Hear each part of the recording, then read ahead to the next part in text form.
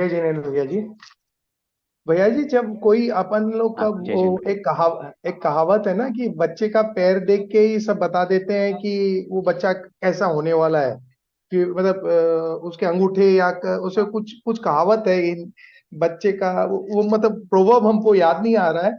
तो वैसे अपन लोग जब श्री जी को अपन जब स्पर्श करते हैं तो अपन लोग सिर्फ नाखून को क्यों मतलब वो नाखून पे क्यों इतना कंसंट्रेट करते हैं। अपन को सब बोलते हैं कि चरण कमलों पे देखना चाहिए, फिर आंख को आई टू आई कांटेक्ट रखना चाहिए। मतलब उनका सारा आभा अपन को ऐसा ले लिया जाए।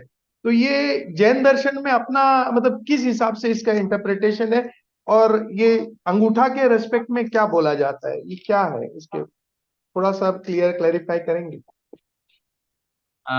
देखिए, पहली बात तो जो आपने बच्चे का एक एग्जाम्पल दिया उसमें अपने को ये। हाँ हाँ जी। आ, बच्चे का जो एग्जाम्पल आपने दिया है कि बच्चे के कुछ अंग का या अंगूठे आदि या रेखाओं को देख करके खुद के लक्षण पालने में दिखाई देते हैं, ऐसी कहावत है।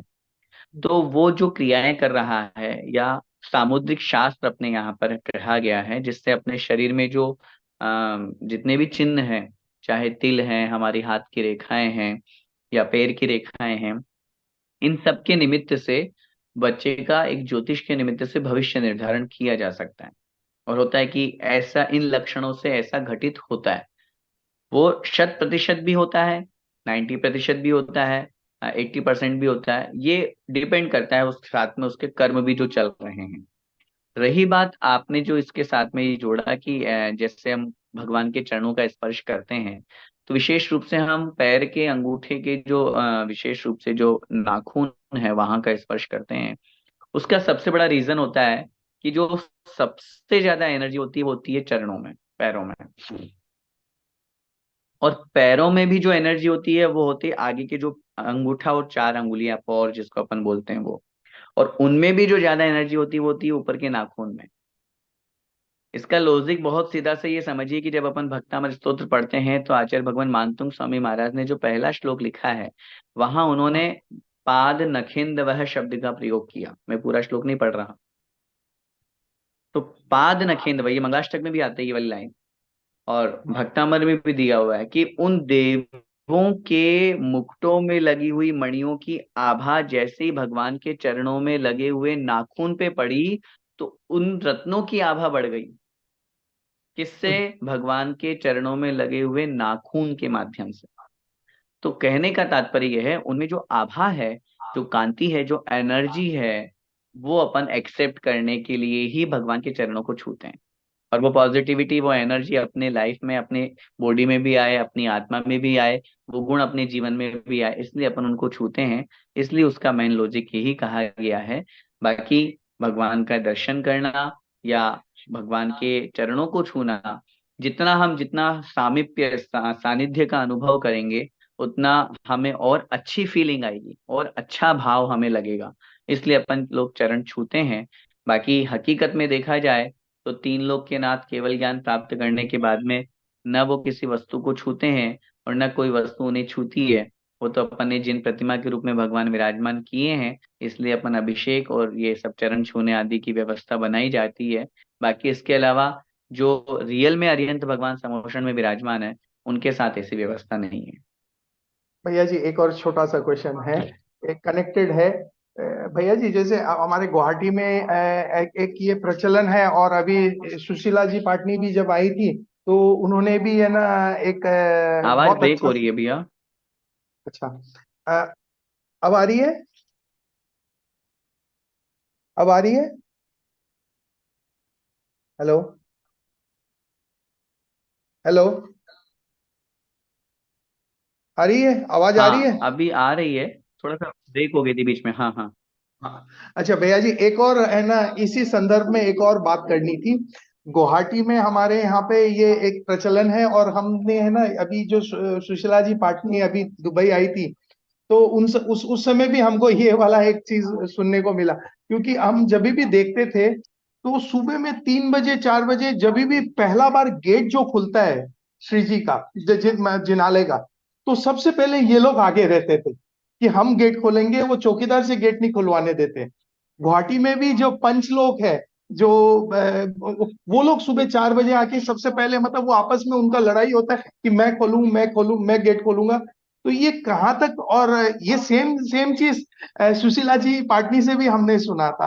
तो ये कहाँ तक ये चीज, क्या क्या मतलब, ये कैसे है अपने जिन शासन में अपन को, इसको किस संदर्भ में कैसे लिया जाए? देखिए, जिन शासन और जिन धर्म की आप बात करेंगे तो अपने यहाँ तो अकृत्रिम चैत्यालय में गेट ही नहीं है। 24 घंटे मंदिर खुला रहता है। लेकिन चूंकि अपने कृत्रिम जिनालय हैं, और कृत्रिम जिनालय में सुरक्षा आदि की व्यवस्था के निमित्त से अपन को दरवाजे आदि लगाने पड़ते हैं। रात्रि में अपन लोग मंदिर नहीं रहते हैं, तो इस कारण से ये सब व्यवस्थाएं बनाई गई है। लेकिन इट्स ट्रू कि चाहे गुवाहाटी हो चाहे कोई सी भी स्थान पे हो, अगर पूरी रात भर जो भगवान उस स्थान पर विराजमान रहे हैं, वेदी पे विराजमान रहे हैं, और मंदिर में उस समय कोई नहीं गया, तो यूं मानिए कि उस समय मंदिर कितना एनर्जेटिक होगा। उस समय मंदिर कितनी एनर्जी से, कितनी पावर्स से भरा हुआ होगा। और कौन चाहेगा कि वो पावर्स और वो एनर्जी मुझे ना मिले। और ये हकीकत कहा जाए तो ये चौकीदार, ये सेवक, ये तो अपन ने अपनी सुविधाओं के लिए लगा दिए। पहले के हम्म। समय में अपन लोग ही दरवाजा बंद करते थे, अपन लोग ही दरवाजा खोलते थे। आप देखिए, गाँव में आज भी यही व्यवस्था है। जहाँ ज्यादा लोग नहीं हैं वहां ये व्यवस्था है, क्योंकि अब उनको लगता है कि भाई हम ही सब कर लेंगे।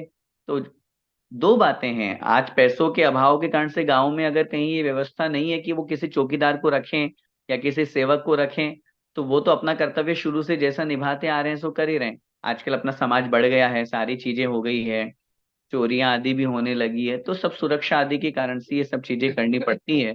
लेकिन ये हकीकत है, जो आपने आदरणीय सुशीला जी पाटनी का भी एग्जाम्पल दिया, गुवाहाटी का भी एग्जाम्पल दिया, सब जगह अगर ऐसा है, पूज्य गुरुदेव सुधा सागर महाराज जी भी कहते हैं कि दरवाजा पहला तो जैन व्यक्ति को, जो अपने आप में श्रद्धा भाव रखता है, उसी को खोलना चाहिए।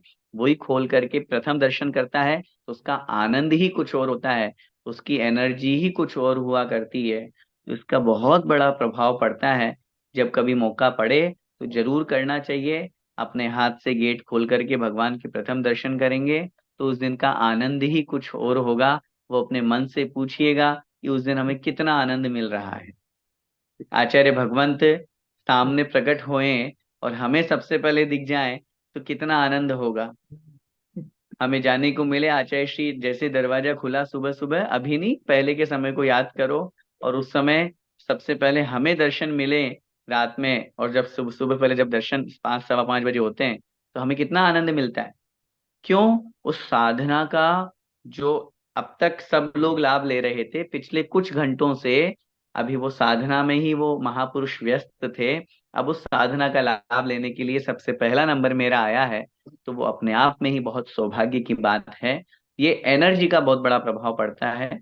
इसमें अपने को एनर्जी समझ करके और उसका लाभ लेना चाहिए। बहुत बहुत धन्यवाद भैया जी, बहुत बहुत धन्यवाद।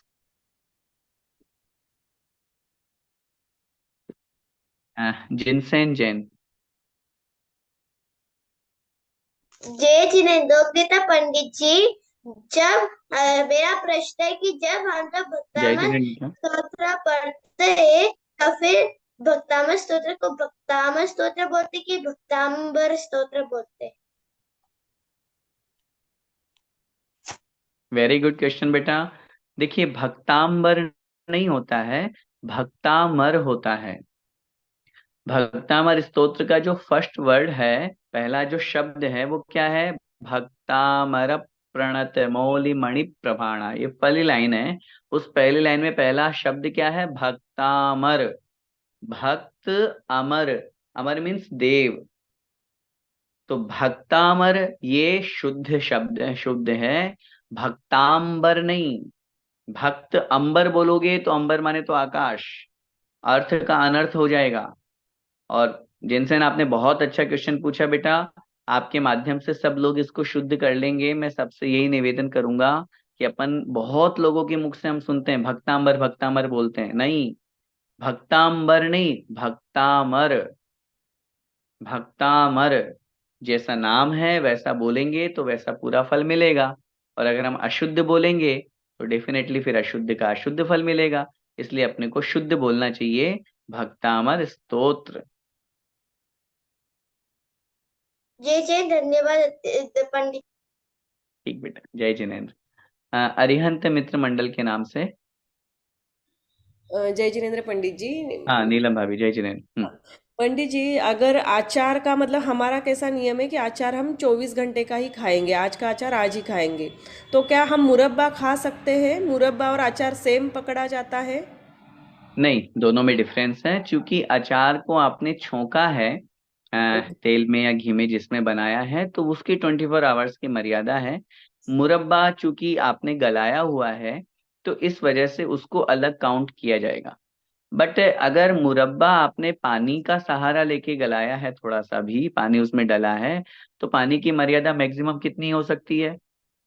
पानी की मर्यादा तो मतलब बॉइल्ड है तो 24 घंटे, नहीं तो 48 हाँ मिनट लगेगी। हाँ। हाँ, तो अगर नहीं, लास्ट आप तो पूरा लास्ट की मैक्सिमम मर्यादा 24 आवर्स। तो हाँ। आप कितना ही उबाल करके फिर वापस उसका ठंडा करके आप उसका मुरब्बे में यूज करोगे, तो भी वो भी 24 आवर्स तक ही चलेगा, अगर मर्यादा की बात करेंगे।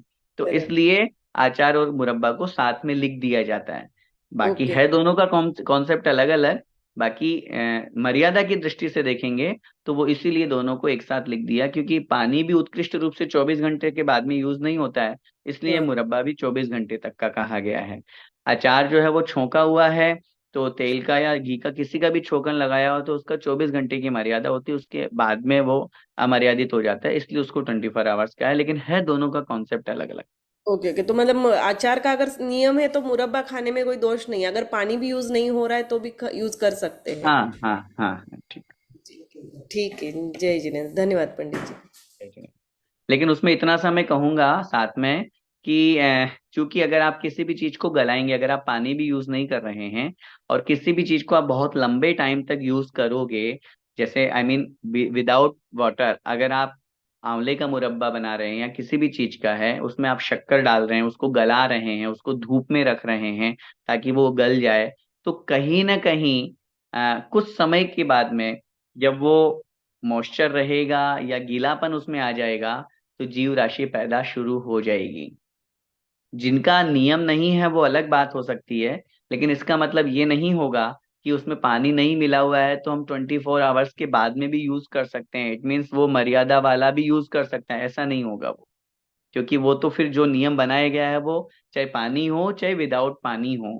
क्योंकि अपन किसी भी चीज को जब गलाते हैं, लॉन्ग प्रोसेस करते हैं, तो डेफिनेटली उसमें फिर धीरे धीरे जीव पैदा होना शुरू हो जाते हैं। तो विदाउट वाटर भी अगर अपन उसको गलाएंगे, तो कहीं ना कहीं छोटे छोटे जीव पैदा होना शुरू होंगे। तो इसलिए बहुत अच्छा यही हो कि इंस्टेंट बना है, उसी दिन बनाए उसी दिन खाएं। थोड़ा सा जीभ का स्वाद ज्यादा अच्छा बाद में लगता है, 2-4 दिन का, या जब गल जाता है, तो वो मैं तो ये कहता हूँ कि वो जीभ का या उस मुरब्बे का स्वाद नहीं आ रहा है, वो उन जीवों का स्वाद आ रहा है। तो अपन उनकी हिंसा से बचें तो वो ज्यादा अच्छा है। आपका म्यूट है माइक। माइक म्यूट है भाभी। सॉरी। अगर अगर वो ड्राई, मतलब वो कैसे, थोड़ा लिक्विड भी होता है और ड्राई में भी बन सकता है, तो अगर ड्राई बन जाएगा तो फिर उसमें फिर मतलब दोष ठीक है। कम। हाँ हाँ, वो तो फिर जितना ड्राई रहेगा उतना दोष कम होगा। Full okay. ड्राई है तो कोई प्रॉब्लम ही नहीं है। ठीक ठीक। धन्यवाद पंडित जी। जावाणी के ज्ञान ते सुझे लोकालोक, सोवाणी मस्तक नमु सदा देत हूँ लोक।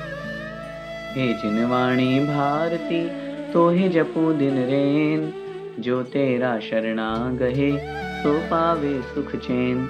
देव भजू अरिहंत को, गुरु सेवा निर्ग्रंथ, दया धर्म पालू सदा, यही मोक्ष का पंथ। नो वर्णमुख।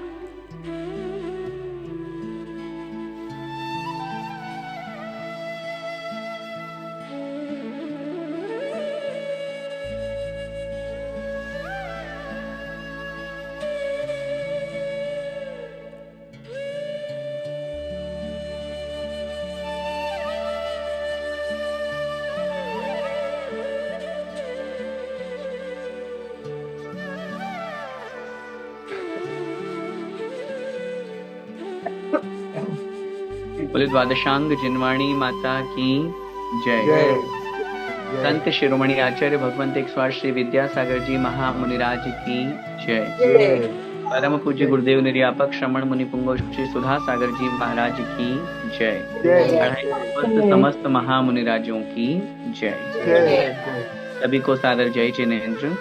जय उत्तम क्षमा। जय जिनेन्द्र भैया जी, जय जिनेन्द्र। जय जिनेन्द्र, जय जिनेन्द्र, पंडित जी जय जिनेन्द्र उत्तम क्षमा। जय जिनेन्द्र उत्तम क्षमा, जय जिनेन्द्र।